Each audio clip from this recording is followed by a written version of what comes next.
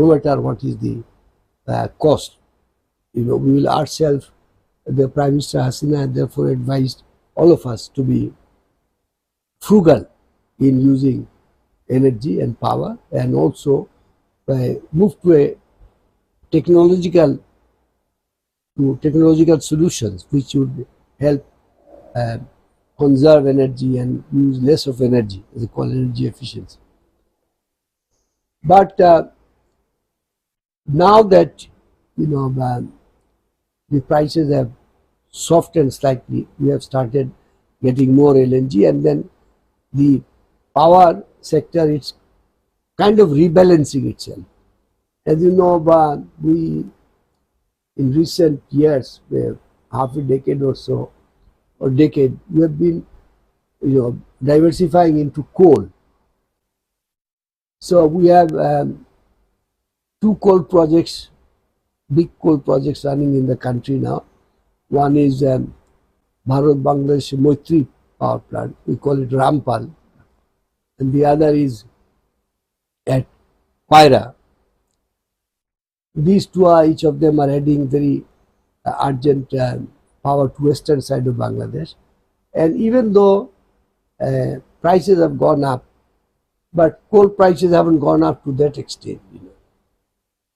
It is again softening now, coal prices. And we are also about to, maybe in a year's time, 2 years' time, nuclear reactor, first nuclear reactor. Rupur power plant. So basically we have been diversifying to start with, even before the war, because we knew that we can't put our eggs in one basket.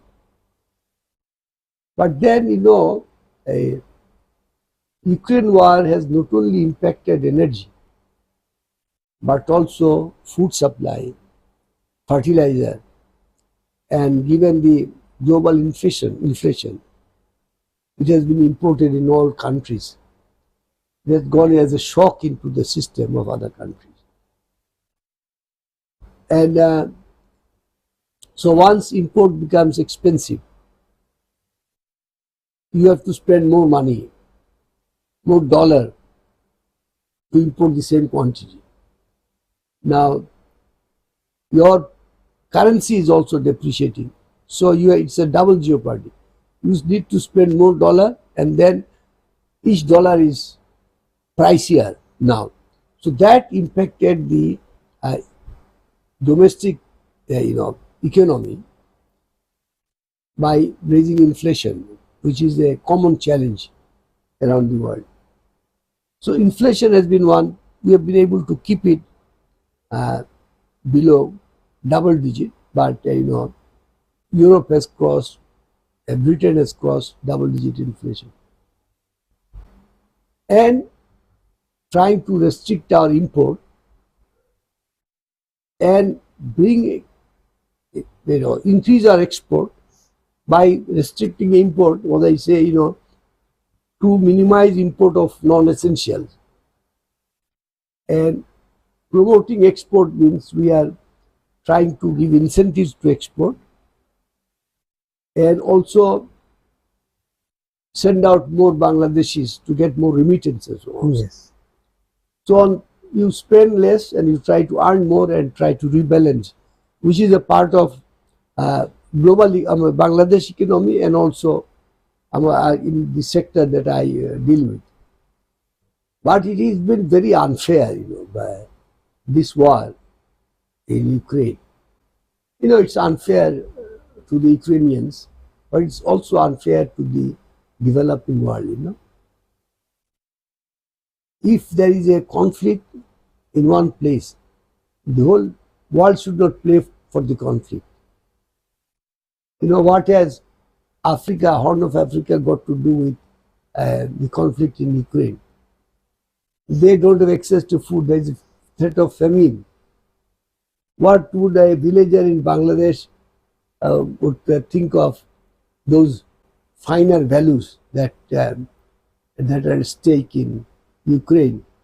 Because these people, it's hard their stomach. So this is a very unbalanced approach to international conflict. And I wish it comes to an end. I wish we go back to normal world. This is not a normal world. Yes, surely, sir. This is a big thing, and as you said, it is inequitable also because a country like Bangladesh has nothing to do with the Russia-Ukraine war. And coming back to the power and energy issues, sir, Prime Minister Sheikh Hasina also said in recently a few months back that the consumer should be ready to pay what it takes to produce energy. So basically, she was hinting at reducing the subsidy. Do you think Bangladesh will be able to do away with subsidy in petroleum products or planning to do it? And how soon or how long could it take? Any policy level thinking on this, sir? I wouldn't give it a timeline, but there are certain compulsion from our government side. You can't fund subsidy in an unlimited way. So you have to restrict. What we are doing now is still providing subsidy, but we're trying to bring it down. So as you've seen, we have to adjust prices. It's still, the price at which we sell electricity is much higher than the cost of production, about 2-3 taka, depending on how the fuel prices shift. So cost of production of electricity is even now higher than what you charge the consumer. So there is a gap, and as you consume more, then you multiply that gap with larger number and it grows. So we are trying to adjust and to bring it closer to the cost of production. And we are also trying to see how we can do more with less. Because this is a challenge we'll keep facing in the future also. So let's say energy efficiency, energy conservation, these are being actively pursued. In fact, Prime Minister Hasina has been talking about energy responsibility, which means that even if you can afford, don't waste energy. Like say in agriculture, if we plan properly, we can do with 1/3 less of irrigation. So that irrigation energy, that water would save. Similarly, in factories, if we plan to reduce energy input per unit of product, it can be reduced. So those who are in industry, those who have captive power plant, as you say, they are going for cogeneration, that you produce electricity, then you produce heat that goes into boiler, then you produce some heat that goes into refrigeration. But trying to do more with less. And we had a bit of ambivalence earlier about how much we can go for renewables. But now, given this realization that fuel would become scarce in future, at any point in time, you never know. So we're trying to promote solar within the confines of Bangladesh land availability. So we're promoting what is called rooftop solar for industries with something called net metering. Yes. We are trying to see some floating solar panel. We don't have much of wind power, and we import, as you know, electricity from India. It started about a decade back. It has been ramped up, and now we import about 1700 megawatt of power from India. Including the Godda power plant, Yes, which has yes, started supplying. yes. So 1160 plus whatever is coming from Godda power plant of the Adanis. Together, because all of them, don't always produce the full capacity. So roughly, if you take today, maybe it may be about 1800 megawatt, which is very crucial for the electricity availability of Bangladesh. And more so, these imports are going to help western and northern Bangladesh on the other side of Ganges, because most of the power plants are located on the eastern side, because gas is, was available from domestic supply, and imported gas also, they come through Cox's Bazar side. So eastern side of Ganges, it has more stable supply of fuel and electricity. So those import will help not only to increase our energy supply, but also promote, solve some of the problems in the western side of Bangladesh. Well, that's very important steps that Bangladesh has taken. One recently there has been a deal that Bangladesh has struck with IMF for getting over $4 billion as loan or support for its various projects. It is said in some quarters that it was under kind of part of the conditionality of the IMF that the Bangladesh government has to align its prices with the market, the energy prices with the market. Is it so, sir? But let me make one point clear that Prime Minister Sheikh Hasina would always has brought the country this far. So she will never compromise with the inherent benefit of this country, inherent growth of this country. Whatever adjustment, as I said, we have to reduce budget deficit and we have to reduce subsidy. So the adjustments are needed. In fact, the adjustment started slightly before IMF discussion was taking place. So it's not that we are from our own internal conditions, these price adjustments are taking place. Those reform program which we believe and which will help Bangladesh, those are the ones we are implementing. So it's not that things have been imposed upon us and we are complying with them without really having a heart in it. So no, that's not true. One important area, sir, where I want to draw your attention is about the energy cooperation between India and Bangladesh. I believe it is one of the very important components in which the relationship between the two countries is growing, and there have been many things that have been recently introduced. For example, that Maitri pipeline, which will supply high-speed diesel to Bangladesh from India, which will reduce the cost of transportation. It would be a kind of contributing to the energy security of Bangladesh, and for both the countries it's a good proposition. And there is also a talk about the power grid, regional power grid development between the two countries. So what are the areas of cooperation in energy sector that India and Bangladesh are looking at, and how do you see the future of the cooperation, sir? If you go to examine regional cooperation, then India, Bangladesh, Nepal, Bhutan should cooperate to develop a system where we can export and import both ways energy. Again, particularly in this case, power. There are discussions and there are improvements, some progress made in these cooperation between these four countries. So this is a field to be explored. As you know, we import electricity both on the western side of Bangladesh and in the eastern side of Bangladesh from Tripura. So if some point in time we have excess electricity, we can also pass it to India. You can always, never know how the demand supply will work out.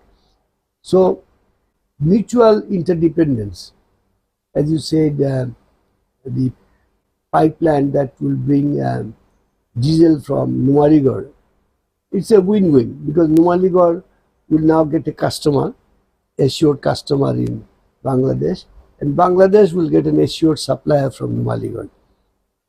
So these are the solutions which are beneficial to both countries. Those are the ones we should try to address and carry forward. Is there any new area of cooperation that is coming up in the field of, for example, solar energy, maybe in other fields where some new project is being considered between as an area of cooperation between India and Bangladesh? There are India is ahead of many other countries in terms of research and development. So we can gain if we can get some access from R&D in India. For example, some of the new technologies, let's say hydrogen technology, carbon capture and storage technology, and these are uh, frontier technologies, and India would have access to them much ahead of Bangladesh. Yes. So if you can participate in that process of exploring frontier technology, that will be very helpful for us. And also small problem solving here and there, like we saw, I had been to the conference in Chennai recently, where Prime Minister Narendra Modi addressed, and he then opened up, showcased some of the advances India has made. For example, in terms of electric vehicles, they also included tri-wheeler. So in Bangladesh also we have about 2 to 3 million tri-wheelers, electric vehicles. We are trying to upgrade them and improve them. So I'm sure there are areas where we can both cooperate, and we should be able to learn from advancements made in India. There were showcased, some solar cooking system. Yes. So I could not quite find out what were the details, but we have been trying to promote solar cooking system here also. And interestingly, we have in 2 pilot cases for last 2 years, there has been a hybrid cooking system from solar and grid. When there is enough solar power, you don't take as much power from the grid. So it's a hybrid, and these are very common people. They've been using it for last 2 years, very happy. Yes. So we're trying to scale up that so that there are solar panels on top of the roof, no battery. Batteries are very expensive. And if you can replicate this thing, then we'll be not only be using more solar energy, but will be more independent also in energy source. And domestic use of fuel would improve, the quality, environment would improve, and they are cost effective also. So we are trying to scale it up.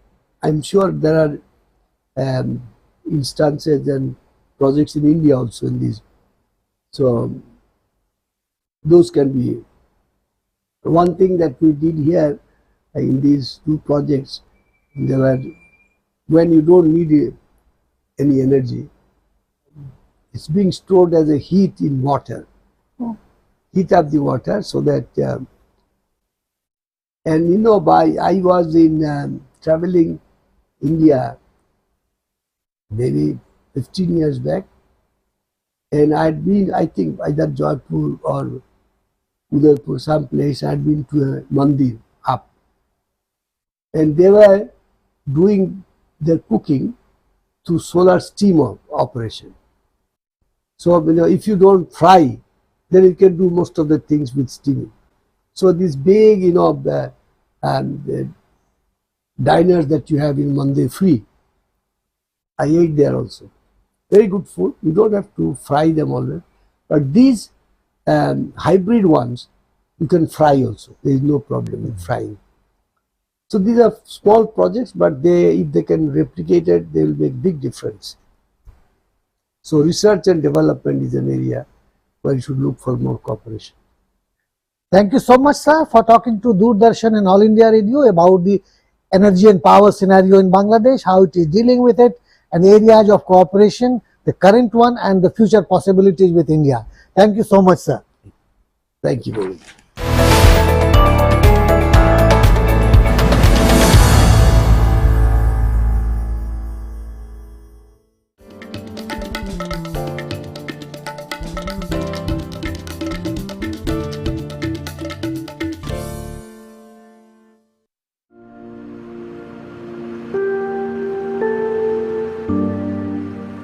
Assam, a rich fertile land fed by the waters of the mighty Brahmaputra. Home of the Ahoms and the gateway to the rest of the northeastern states.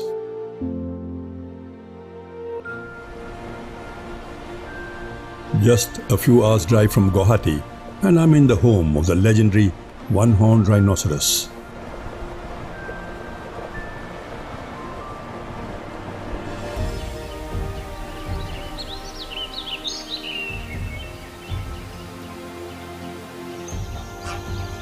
Spread over 1,000 square kilometers, Kaziranga National Park is a UNESCO World Heritage Site.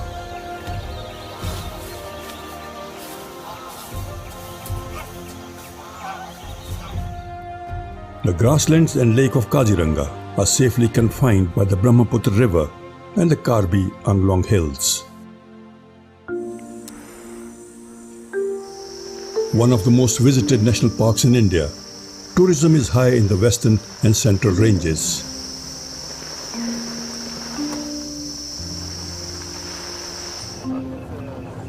But today I'm visiting the eastern side of the park, which is the largest wetland in Kaziranga, with over 96 species of wetland birds, one of the highest in any reserve in India.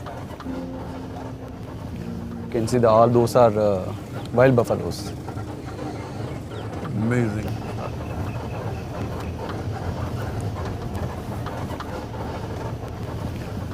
So Kaziranga is the most popular Yes. destination for wildlife enthusiasts, visitors, tourists, not only from India but from all over the world. So what is so unique? What makes Kaziranga so unique? Kaziranga is basically a unique riverine ecosystems. And Kaziranga is basically famous for big fives: rhino, tiger, elephant, Asiatic buffaloes, and swamp deers. Apart from that, we get plenty of migratory birds. We are having around 90 plus wetlands. It's basically a unique and balanced ecosystems where you can see the wetland, grassland, woodland. And you have the diversity of species here also, Yes, which is so amazing. really. So, for the wildlife enthusiasts, if somebody interested in rhinos or elephant or swamp deer or tiger or birds, they're having, it's like a menus. So whichever they want, they can choose. It's mind-boggling. You can travel for miles. Yes. And Kaziranga is huge. So where are we right now? What do you call this area? Kaziranga National Park, there are 8 ranges. If you say it's a tiger reserve, there are totally 10 ranges. We are presently in Agaratuli range. It's the eastern range of the Eastern Assam Wildlife Divisions. And this range basically known for migratory birds. Okay. And good sighting of tigers, and again our main VIP species, rhino. Yes. Yes. This is a Fort Knox of animal diversity. True, you know. true.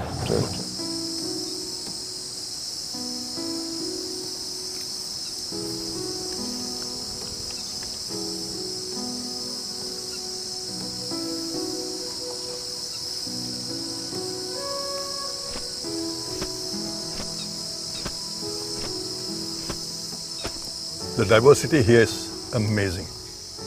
Sohala is basically a unique wetland and the most favorite wetland of Assamese societies. So we used to get a good number of birders. This is a paradise for birders. Yes. This is one of the biggest wetland of Kaziranga. It's around 600 hectares. And this eastern range and Borapa range in Kaziranga is not promoted in ecotourism wise in the past.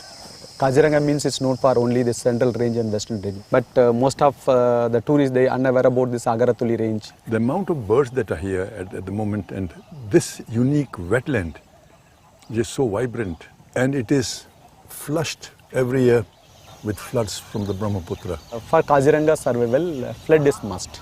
So we are having